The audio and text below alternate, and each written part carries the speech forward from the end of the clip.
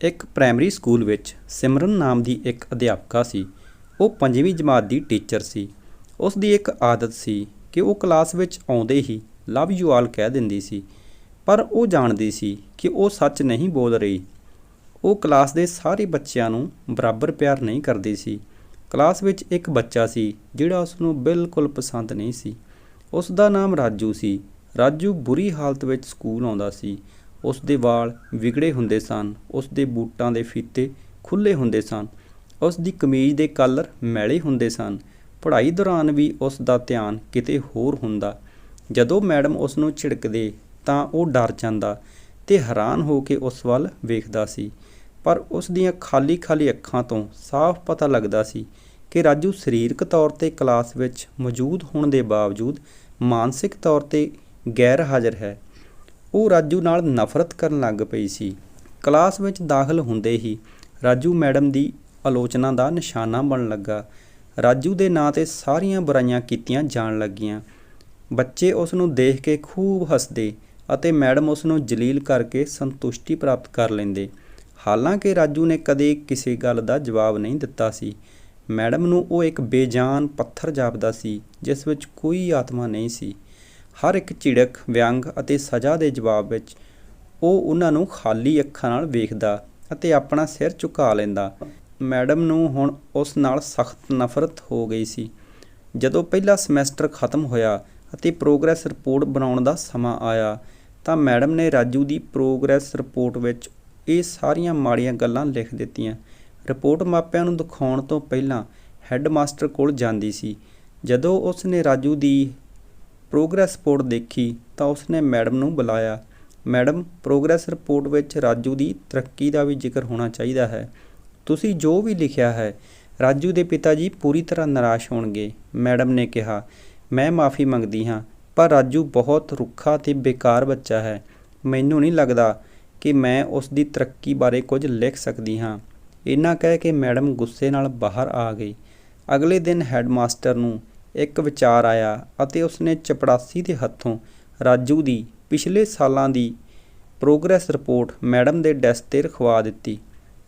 ਅਗਲੇ ਦਿਨ ਜਦੋਂ ਮੈਡਮ ਕਲਾਸ ਵਿੱਚ ਆਈ ਤਾਂ ਉਸਨੇ ਰਿਪੋਰਟ ਦੇਖੀ। ਜਦੋਂ ਉਸਨੇ ਪੜ੍ਹ ਕੇ ਦੇਖਿਆ ਤਾਂ ਪਤਾ ਲੱਗਾ ਕਿ ਇਹ ਰਾਜੂ ਦੀ ਰਿਪੋਰਟ ਹੈ। ਮੈਡਮ ਨੇ ਸੋਚਿਆ ਕਿ ਰਾਜੂ ਨੇ ਪਿਛਲੀਆਂ ਜਮਾਤਾਂ ਵਿੱਚ ਵੀ ਇਹੀ ਫੁੱਲ ਖਿਲਾਏ ਹੋਣਗੇ ਅਤੇ ਤੀਜੀ ਕਲਾਸ ਦੀ ਰਿਪੋਰਟ ਖੋਲ੍ਹੀ। ਰਿਪੋਰਟ ਪੜ੍ਹ ਕੇ ਉਸ ਦੀ ਹੈਰਾਨੀ ਦੀ ਕੋਈ ਹੱਦ ਨਾ ਰਹੀ ਜਦੋਂ ਉਸ ਨੇ ਦੇਖਿਆ ਕਿ ਰਿਪੋਰਟ ਉਸ ਦੀਆਂ ਤਾਰੀਫਾਂ ਨਾਲ ਭਰੀ ਹੋਈ ਸੀ। ਮੈਂ ਰਾਜੂ ਵਰਗਾ ਹੁਸ਼ਿਆਰ ਬੱਚਾ ਕਦੇ ਨਹੀਂ ਦੇਖਿਆ। ਉਹ ਇੱਕ ਬਹੁਤ ਹੀ ਸੰਵੇਦਨਸ਼ੀਲ ਬੱਚਾ ਹੈ ਅਤੇ ਆਪਣੇ ਦੋਸਤਾਂ ਅਤੇ ਅਧਿਆਪਕ ਨਾਲ ਬਹੁਤ ਜੁੜਿਆ ਹੋਇਆ ਹੈ। ਇਹ ਲਿਖਿਆ ਗਿਆ ਸੀ ਪਿਛਲੇ ਸਮੈਸਟਰ ਵਿੱਚ ਵੀ ਰਾਜੂ ਨੇ ਪਹਿਲਾ ਸਥਾਨ ਹਾਸਲ ਕੀਤਾ ਹੈ। ਮੈਡਮ ਨੇ ਚੌਥੀ ਜਮਾਤ ਦੀ ਰਿਪੋਰਟ ਅਨਿਸ਼ਚਿਤ ਹਾਲਤ ਵਿੱਚ ਖੋਲ੍ਹੀ। ਰਾਜੂ ਨੇ ਆਪਣੀ ਮਾਂ ਦੀ ਬਿਮਾਰੀ ਦਾ ਅਤਿਆਚਾਰ ਹੰਢਾਇਆ। ਉਸ ਦਾ ਧਿਆਨ ਪੜ੍ਹਾਈ ਤੋਂ ਹਟਦਾ ਜਾ ਰਿਹਾ ਹੈ। ਰਾਜੂ ਦੀ ਮਾਂ ਨੂੰ ਆਖਰੀ ਸਟੇਜ ਦਾ ਕੈਂਸਰ ਹੈ। ਘਰ ਵਿੱਚ ਉਸ ਦੀ ਦੇਖਭਾਲ ਕਰਨ ਵਾਲਾ ਹੋਰ ਕੋਈ ਨਹੀਂ ਹੈ, ਜਿਸ ਕਾਰਨ ਉਸ ਦੀ ਪੜ੍ਹਾਈ 'ਤੇ ਡੂੰਘਾ ਅਸਰ ਪੈਂਦਾ ਹੈ। ਹੈੱਡ ਮਾਸਟਰ ਨੇ ਹੇਠਾਂ ਲਿਖਿਆ ਕਿ ਰਾਜੂ ਦੀ ਮਾਂ ਮਰ ਚੁੱਕੀ ਹੈ ਅਤੇ ਇਸ ਦੇ ਨਾਲ ਹੀ ਰਾਜੂ ਦੀ ਜ਼ਿੰਦਗੀ ਦੀ ਰੌਣਕ ਅਤੇ ਚਮਕ ਚਲੀ ਗਈ ਹੈ। ਉਸ ਨੂੰ ਬਚਾਇਆ ਜਾਣਾ ਚਾਹੀਦਾ ਹੈ, ਇਸ ਤੋਂ ਪਹਿਲਾਂ ਕਿ ਬਹੁਤ ਦੇਰ ਹੋ ਜਾਵੇ। ਇਹ ਪੜ੍ਹ ਕੇ ਮੈਡਮ ਦੇ ਮਨ 'ਤੇ ਇੱਕ ਭਿਆਨਕ ਬੋਝ ਪੈ ਗਿਆ। ਉਸ ਨੇ ਕੰਬਦੇ ਹੱਥਾਂ ਨਾਲ ਪ੍ਰੋਗਰੈਸ ਰਿਪੋਰਟ ਬੰਦ ਕਰ ਦਿੱਤੀ। ਮੈਡਮ ਦੀਆਂ ਅੱਖਾਂ ਵਿੱਚੋਂ ਇੱਕ ਤੋਂ ਬਾਅਦ ਇੱਕ ਹੰਝੂ ਡਿੱਗਣ ਲੱਗੇ। ਅਗਲੇ ਦਿਨ ਜਦੋਂ ਮੈਡਮ ਕਲਾਸ ਵਿੱਚ ਦਾਖਲ ਹੋਈ ਤਾਂ ਉਸ ਨੇ ਆਦਤ ਅਨੁਸਾਰ ਆਪਣਾ ਰਵਾਇਤੀ ਵਾਕ ਆਈ ਲਵ ਯੂ ਆਲ ਦੁਹਰਾਇਆ, ਪਰ ਉਹ ਜਾਣਦੀ ਸੀ ਕਿ ਉਹ ਅਜੇ ਵੀ ਝੂਠ ਬੋਲ ਰਹੀ ਸੀ, ਕਿਉਂਕਿ ਅੱਜ ਉਹ ਉਸੇ ਕਲਾਸ ਵਿੱਚ ਬੈਠੇ ਬੱਚੇ ਰਾਜੂ ਲਈ ਆਪਣੇ ਦਿਲ ਵਿੱਚ ਪਿਆਰ ਮਹਿਸੂਸ ਕਰ ਰਹੀ ਸੀ, ਜੋ ਉਸ ਕਲਾਸ ਵਿੱਚ ਬੈਠੇ ਕਿਸੇ ਵੀ ਬੱਚੇ ਨਾਲੋਂ ਜ਼ਿਆਦਾ ਸੀ। ਪੜ੍ਹਾਈ ਦੌਰਾਨ ਉਸ ਨੇ ਰੋਜ਼ ਦੀ ਤਰ੍ਹਾਂ ਰਾਜੂ ਨੂੰ ਸਵਾਲ ਕੀਤਾ ਅਤੇ ਹਮੇਸ਼ਾ ਦੀ ਤਰ੍ਹਾਂ ਰਾਜੂ ਨੇ ਸਿਰ ਝੁਕਾ ਲਿਆ। ਜਦੋਂ ਕੁਝ ਦੇਰ ਤੱਕ ਮੈਡਮ ਦੀ ਝਿੜਕ ਅਤੇ ਸਹਿਪਾਠੀਆਂ ਦਾ ਹਾਸਾ ਉਸ ਦੇ ਕੰਨਾਂ ਤੱਕ ਨਾ ਪਹੁੰਚਿਆ ਤਾਂ ਉਸ ਨੇ ਹੈਰਾਨੀ ਨਾਲ ਸਿਰ ਚੁੱਕ ਕੇ ਮੈਡਮ ਵੱਲ ਵੇਖਿਆ। ਅਚਨਚੇਤ ਜਦ ਮੈਡਮ ਦੇ ਮੱਥੇ 'ਤੇ ਵਾਲ ਨਹੀਂ ਸੀ, ਉਹ ਮੁਸਕਰਾ ਰਹੀ ਸੀ। ਉਸ ਨੇ ਰਾਜੂ ਨੂੰ ਆਪਣੇ ਕੋਲ ਬੁਲਾਇਆ ਅਤੇ ਉਸ ਨੂੰ ਸਵਾਲ ਦਾ ਜਵਾਬ ਦੱਸ ਦਿੱਤਾ ਅਤੇ ਉਸ ਨੂੰ ਦੁਹਰਾਉਣ ਲਈ ਮਜਬੂਰ ਕੀਤਾ। 3-4 ਵਾਰ ਕਹਿਣ ਤੋਂ ਬਾਅਦ ਰਾਜੂ ਆਖਰ ਬੋਲਿਆ, ਇਸ ਦਾ ਜਵਾਬ ਦੇਣ 'ਤੇ ਮੈਡਮ ਨੇ ਨਾ ਸਿਰਫ ਖੁਸ਼ੀ ਨਾਲ ਤਾੜੀਆਂ ਵਜਾਈਆਂ ਬਲਕਿ ਸਾਰੇ ਬੱਚਿਆਂ ਤੋਂ ਵੀ ਤਾੜੀਆਂ ਵਜਵਾਈਆਂ। ਫਿਰ ਇਹ ਰੂਟੀਨ ਬਣ ਗਿਆ। ਮੈਡਮ ਹਰ ਸਵਾਲ ਦਾ ਜਵਾਬ ਆਪ ਹੀ ਦਿੰਦੀ ਸੀ ਤੇ ਫਿਰ ਉਸ ਦੀ ਬਹੁਤ ਤਾਰੀਫ ਕਰਦੀ ਸੀ।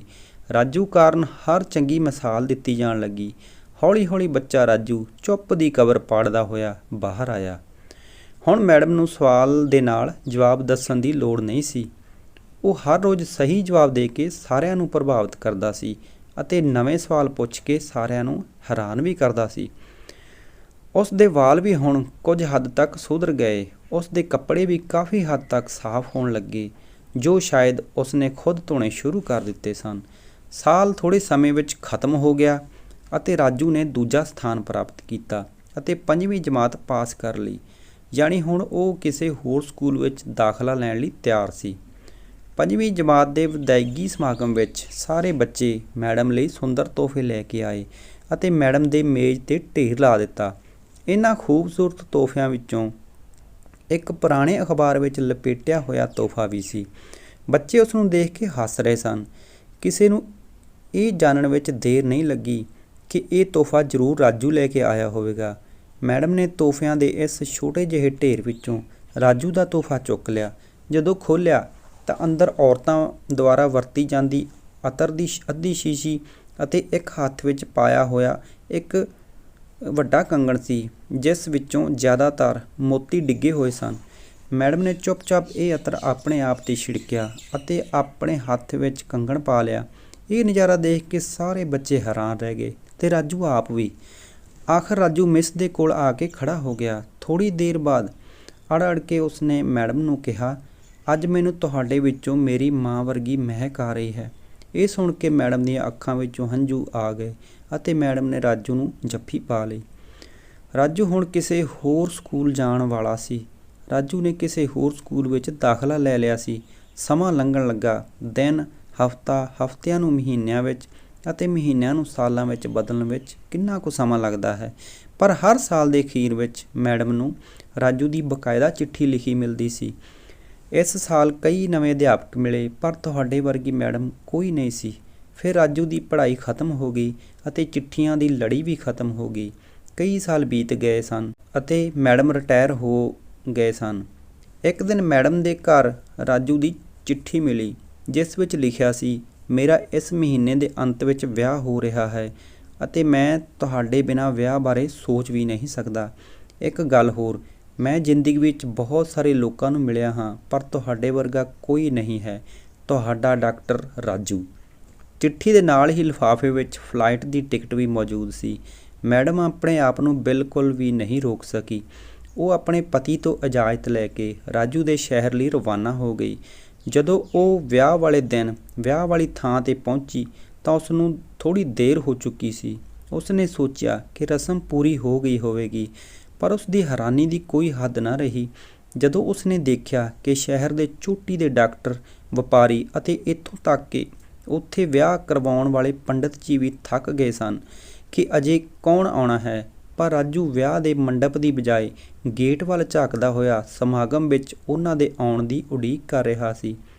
ਫਿਰ ਸਾਰਿਆਂ ਨੇ ਦੇਖਿਆ ਕਿ ਜਿਵੇਂ ਹੀ ਇੱਕ ਬਜ਼ੁਰਗ ਔਰਤ ਗੇਟ ਦੇ ਅੰਦਰ ਦਾਖਲ ਹੋਈ, ਰਾਜੂ ਉਸ ਵੱਲ ਦੌੜਿਆ ਅਤੇ ਉਸ ਦਾ ਹੱਥ, ਜਿਸ ਵਿੱਚ ਉਹ ਕੰਗਣ ਅਜੇ ਪਾਇਆ ਹੋਇਆ ਸੀ, ਨੂੰ ਫੜ ਕੇ ਸਿੱਧਾ ਸਟੇਜ 'ਤੇ ਲੈ ਗਿਆ।